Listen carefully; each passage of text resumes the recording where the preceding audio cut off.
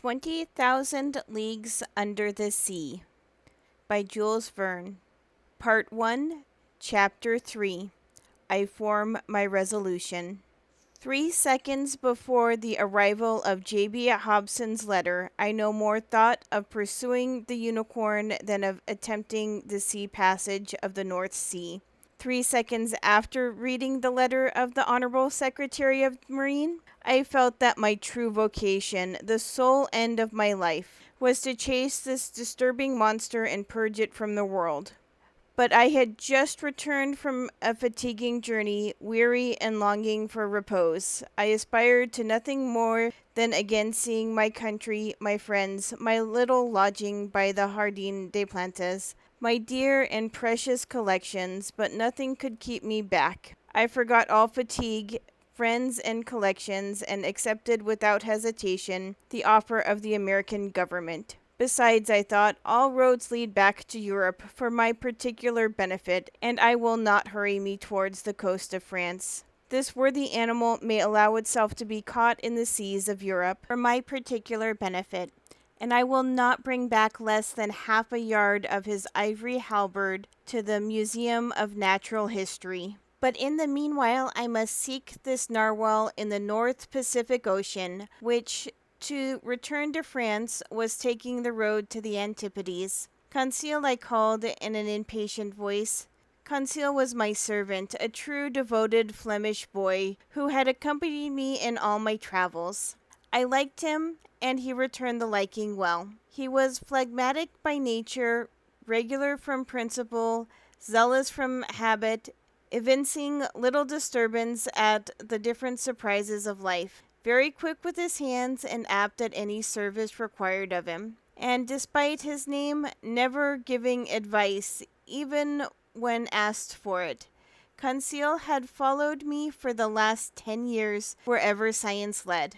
Never once did he complain of the length or fatigue of a journey, never make an objection to pack his portmanteau, for whatever country it might be, or however far away, whether China or Congo. Besides all of this, he had good health which defied all sicknesses, and solid muscles, but no nerves. Good morals are understood.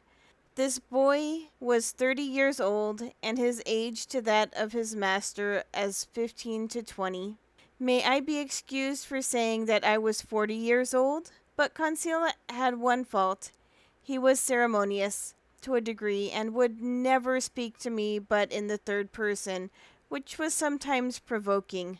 "Conseil," I said again, beginning with feverish hands to make preparations for my departure. Certainly I was sure of this devoted boy. As a rule, I never asked him if it were convenient for him or not to follow me in my travels. But this time the expedition in question might be prolonged, and the enterprise might be hazardous in pursuit of an animal capable of sinking a frigate as easily as a nutshell. Here there was matter for reflection, even to the most impassive man in the world. What would Conseil say? "Conseil," I called for a third time. Conseil appeared. "Did you call, sir?" said he, entering. "Yes, my boy. Make preparations for me and yourself, too. We leave in 2 hours." "As you please, sir," replied Conseil quietly. "Not an instant to lose. Lock in my trunk all traveling utensils, coats, shirts, and stockings, without counting, as many as you can, and make haste." "And your collections, sir?" observed Conseil. "We will think of them by and by." "What? The Arachtheo theorem? The Hyraco theorem? The Oridons? The Chiropotamus? And the other skins?" "They will keep them at the hotel." "And your live Barbarossa, sir?" "They will feed it during our absence. Besides, I will give orders to forward our menagerie to France." "We are not returning to Paris, then?" said Conseil. "Oh, certainly," I answered evasively, "by making a curve." "Will the curve please you, sir?" "Oh, it will be nothing, not quite so direct a road, that is all. We take our passage in the Abraham Lincoln." As you think proper, sir, coolly replied Conseil. You see, my friend, it has to do with the monster, the famous narwhal. We are going to purge it from the seas. The author of a work in quarto in 2 volumes on the mysteries of the great submarine grounds cannot forbear embarking with Commander Farragut. A glorious mission, but a dangerous one. We cannot tell where we may go. These animals can be very capricious, but we will go whether or no. We have got a captain who is pretty wide awake.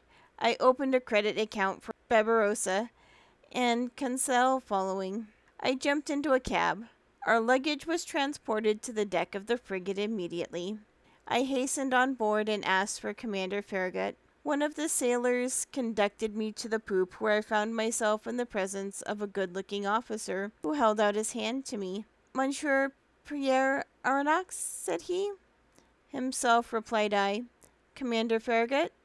You are welcome. Professor, your cabin is ready for you. I bowed and desired to be conducted to the cabin destined for me. The Abraham Lincoln had been well chosen and equipped for her new destination. She was a frigate of great speed, fitted with high-pressure engines which admitted a pressure of 7 atmospheres. Under this, the Abraham Lincoln attained the mean speed of nearly 18 knots in a third an hour. A considerable speed, but nevertheless insufficient to grapple with this gigantic crustacean. The interior arrangements of the frigate corresponded to its nautical qualities. I was well satisfied with my cabin, which was in the after part opening upon the gunroom. We shall be well off here, said I to Conseil. As well, by your honour's leave, as a hermit crab in the shell of a whelk, said Conseil.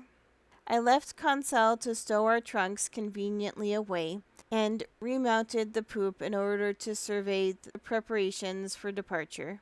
At that moment, Commander Farragut was ordering the last moorings to be cast loose, which held the Abraham Lincoln to the pier of Brookland. So, in a quarter of an hour, perhaps less, the frigate would have sailed without me. I should have missed this extraordinary, supernatural, and incredible expedition, the recital of which may well meet with some skepticism.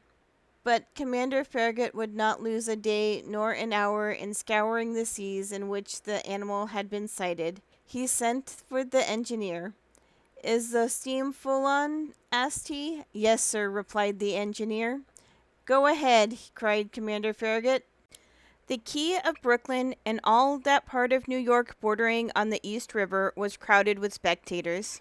3 cheers burst successively from 500,000 throats. Thousands of handkerchiefs were waved above the heads of the compact mass, saluting the Abraham Lincoln, until she reached the waters of the Hudson, at the point of the elongated peninsula which forms the town of New York. Then the frigate, following the coast of New Jersey along the right bank of the beautiful river covered with villas, passed between the forts, which saluted her with their heaviest guns. The Abraham Lincoln answered by hoisting the American colors 3 times, whose 39 stars shone resplendent from the mizzen peak, then modifying its speed to take the narrow channel marked by buoys placed in the inner bay, formed by Sandy Hook Point. It coasted the long sandy beach where some thousands of spectators gave one final cheer. The escort of boats and tenders still followed the frigate and did not leave her until they came abreast of the lightship, whose 2 lights marked the entrance of New York Channel. 6 bells struck, the pilot got into his boat and rejoined the little schooner, which was waiting under our lee. The fires were made up, the screw beat the waves more rapidly, the frigate skirted the low yellow coast of Long Island. And at 8 bells, after having lost sight of the northwest of the lights of Fire Island, she ran at full steam on to the dark waters of the Atlantic.